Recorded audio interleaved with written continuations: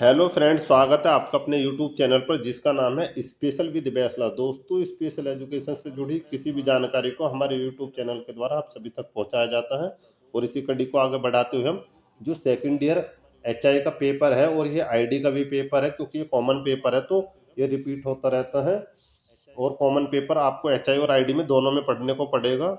तो यहाँ पे हम आज जो इमर्जिंग सोसाइटी वाला पेपर है हम उसको यहाँ पे स्टडी करेंगे और किस टाइप के क्वेश्चन आ सकते हैं, पैटर्न क्या है पेपर का, वो विद इन डिटेल यहाँ पे समझेंगे। तो हमारा जो पेपर है वो 45 नंबर का ही होगा। पेपर में कुछ पैटर्न चेंज किया गया है, उसके हिसाब से आपको थोड़ा सा और अच्छे से प्रिपरेशन करनी होगी, तभी आपके नंबर अच्छे आएंगे। तो आप स्क्रीन पर देख सकते हैं कि यहाँ पे जो पहला क्वेश्चन है, क्वेश्चन 1 यानी पार्ट 1 बोल सकते हैं हम इसको।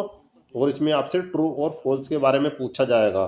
तो जो पहला क्वेश्चन है वो है, अनौपचारिक शिक्षा विद्यालय में दी जाती है। यानी आपको बता दूं मैं कि औपचारिक, अनौपचारिक और निरौपचारिक शिक्षा के बारे में आपको बहुत डिटेल में पढ़ना होगा, क्योंकि इसके बहुत सारे क्वेश्चन आपको कहीं ना कहीं किसी न किसी रूप में देखने को मिलेंगे। तो वहाँ पे आप इनको अच्छे से पढ़ सकते हैं। औपचारिक शिक्षा स्कूल, कॉलेज, विद्यालय, इंस्टीट्यूट में दी जाती है।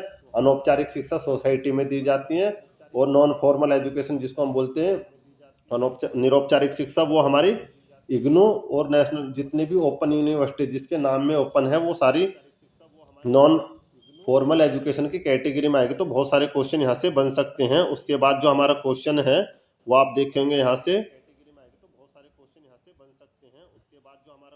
से आप देख सकते हैं हमारे स्क्रीन पर। सेकंड जो क्वेश्चन है, NIOS औपचारिक शिक्षा का उदाहरण है, क्योंकि मैंने अभी आपको बताया था जिसमें ओपन आ जाएगा वो नॉन फॉर्मल एजुकेशन का हिस्सा होगा। तो आपको ये चीज़ें याद रखनी होगी। उसके बाद स्कूल और प्रशासन, थर्ड क्वेश्चन देखना हमें, स्कूल प्रशासन और दस्तावेजीकरण यानी स्कूल एडमिनिस्ट्रेशन और ये डॉक्यूमेंट वेरिफिकेशन के बारे में पूछा गया है, किसका फर्ज है, किसकी ड्यूटी है, उसके बारे में। उसके बाद पुनर्वास सेवाएं प्रदान करने में एनजीओ की कोई भूमिका नहीं है।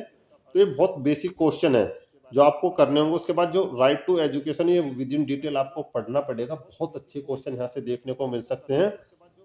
इस क्वेश्चन में पूछा गया है कि राइट टू एजुकेशन 2009 के तहत 6 से 18 साल तक के बच्चे को निःशुल्क और अनिवार्य शिक्षा दी जाती है। तो हम इसको रॉन्ग कर देंगे, क्योंकि इसकी जो एज है वो 6 से 14 साल है। 6 से 14 साल तक के बच्चों को free and compulsory education, right to education 2009 के तहत दी गई है। इसके बाद हम अगला क्वेश्चन देखेंगे अपना। यहाँ से जो एमसीक्यू क्वेश्चन आने वाले हैं इनको बहुत अच्छे से आपको पढ़ना पड़ेगा। जैसे मैंने पहले बताया, राइट टू एजुकेशन से हमें बहुत सारे क्वेश्चन देखने को मिल सकते हैं। तो ये पूछा गया, राइट टू एजुकेशन 2009 के अनुसार निःशुल्क और अनिवार्य शिक्षा जो दी जाती है उसकी एज क्या है।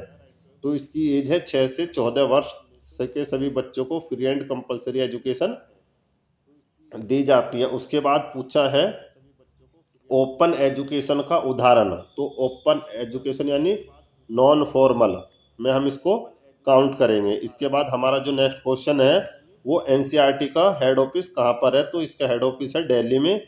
उसके बाद हमारा जो नेक्स्ट क्वेश्चन होगा वो ये है, चौथा नंबर पर क्वेश्चन है कि जो शिक्षा का उद्देश्य क्या है। तो शिक्षा का जो हम टोटल बोल सकते हैं यानी ओवरऑल डेवलपमेंट शिक्षा का उद्देश्य है। अब हम यहाँ पे देखेंगे, ये क्वेश्चन बहुत ज़्यादा हमारे इंपॉर्टेंट हो जाते हैं, क्योंकि यहाँ से आपको 9 क्वेश्चन देखने को मिलेंगे और 9 के 9 क्वेश्चन आपको करने होंगे। 9 में से एक क्वेश्चन 1 नंबर का होगा। तो अगर आपके 9 नंबर अच्छे चाहिए तो आपको ये पॉइंट अच्छे से करना होगा। इसके लिए कुछ क्वेश्चन आप नीचे देख सकते हैं।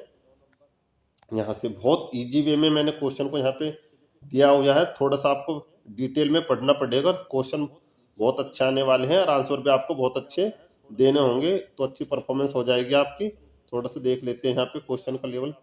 यानी ये एनसीटी का पूरा नाम पूछा गया है, national counselling for teacher education. इनको ना आप इनके NCT, NCERT, SCERT, UGC, ministry of education, इनका ना थोड़ा सा एक ओवरव्यू पढ़ लेना। साइट पे डालोगे इनकी पूरी फुल फॉर्म आ जाएगी, हेड ऑफिस इनका कहाँ पे है, कब इस्टेब्लिश हुए, तो काफ़ी क्वेश्चन यहाँ पे बन जाएंगे। उसके बाद सेकंड क्वेश्चन है, निःशुल्क और अनिवार्य यानी फ्री एंड कंपलसरी एजुकेशन कौन से कानून के तहत दी जाती है। तो राइट टू एजुकेशन 2009 के तहत दी जाती है। उसके बाद है औपचारिक शिक्षा का एक उदाहरण। तो विद्यालय हमारा औपचारिक का एग्जाम्पल हो सकता है। विद्यालय मैंने आपको पहले बताया था, इंस्टीट्यूट, कॉलेज, विश्वविद्यालय, ये सारे आपके फॉर्मल एजुकेशन के हिस्सा है। तो विद्यालय आप इसमें बोल सकते हैं। उसके बाद कोठारी कमीशन आयोग की स्थापना कब हुई। तो ये 64 से 66 के बीच में हम इसको काउंट करते हैं। उसके बाद हमारे मौलिक अधिकारों की संख्या कितनी है, तो ये 6 होगी। उसके बाद राइट टू एजुकेशन, जो राइट टू एजुकेशन है ये आपको देखना होगा। ये वो आरपीडब्ल्यूडी एक्ट है, सॉरी, आरपीडब्ल्यूडी एक्ट 2016 के अनुसार विकलांग बच्चों को कितना परसेंट आरक्षण है, तो ये 4% आरक्षण इनको दिया हुआ है। पहली एनईपी कब आई थी, तो ये आई थी 1966 में। उसके बाद सीसी का पूरा नाम, सीसी का पूरा नाम है कंटिन्यूस एंड कॉम्प्रिहेंशन, नहीं sorry, continue and comprehension evaluation, ये आपकी इसकी पूरा नाम है, ये पूछा जा सकता। उसके बाद है किसी एक विदेशी शैक्षिक दर्शन शास्त्री का नाम लिखिए, यानी रूसो है, किलपैट्रिक है, इनके बारे में आपको एक नाम याद रखना होगा और यहाँ से आपके क्वेश्चन हो जाएंगे तैयार। उसके बाद शॉर्ट क्वेश्चन है, थोड़ा सा आप देख सकते हैं, थोड़ा सा बनाने की कोशिश की है कि किस टाइप का लेवल हो सकता है। औपचारिक शिक्षा को मैंने बार बार रिपीट किया, औपचारिक शिक्षा, निरौपचारिक शिक्षा, अनौपचारिक शिक्षा, मतलब कि फॉर्मल एजुकेशन, इनफॉर्मल एजुकेशन और नॉन फॉर्मल एजुकेशन से लॉन्ग क्वेश्चन भी बनने के चांस है, 3 नंबर में भी और ऑप्शनल में भी और 1 में भी। तो इस पॉइंट को अच्छे से पढ़ लेना। उसके बाद 21 सेंचुरी में एजुकेशन कैसी है, तो एजुकेशन हम बोल सकते हैं टेक्नोलॉजी बेस्ड है, साइंस बेस्ड है, वुमेन एजुकेशन है, इनके बारे में बोल सकते हो। उसके बाद विवेकानंद जी के अनुसार शिक्षा के उद्देश्य, तो आप इस क्वेश्चन को वहां से तैयार कर सकते हैं, ये बहुत ईजी क्वेश्चन है। शिक्षा के कार्य लिखिए, शिक्षा आपको एक अच्छा नागरिक बनाते हैं, समाज के प्रति जिम्मेदार बनाती है, अपनी जिम्मेदारियों को निर्वाह करने के लिए बनाती है, ये सारी चीजें। नॉन फॉर्मल एजुकेशन के लाभ पूछें तो ये घर पे बैठ कर कर सकते हो, कम कॉस्ट में होते हैं, टाइम बचता है, सारी चीजें आप इसमें लिख सकते हो। ये क्वेश्चन है मानवतावाद के अनुसार शिक्षा कैसी होनी चाहिए, बहुत बेसिक बेसिक क्वेश्चन का लेवल लेकर चले हम यहाँ पे।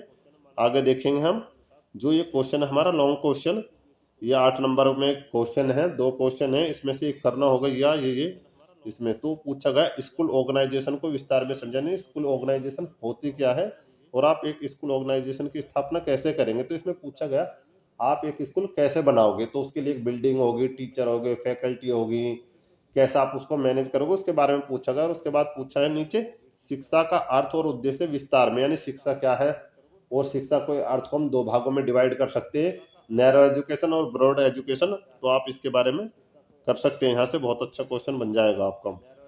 7 नंबर में हमारा लास्ट क्वेश्चन है, एक क्वेश्चन इसमें से करना होगा। रविन्द्रनाथ टैगोर के अनुसार शिक्षा व्यवस्था कैसी होनी चाहिए, विद इन डिटेल लिखना, या प्रकृतिवादियों के अनुसार शिक्षा व्यवस्था कैसी होनी चाहिए। फिर भी इस पेपर में भी अगर आपको कोई डाउट है तो आप पूछ सकते हैं और मुझे कमेंट बॉक्स में बता सकते हैं। Thank you.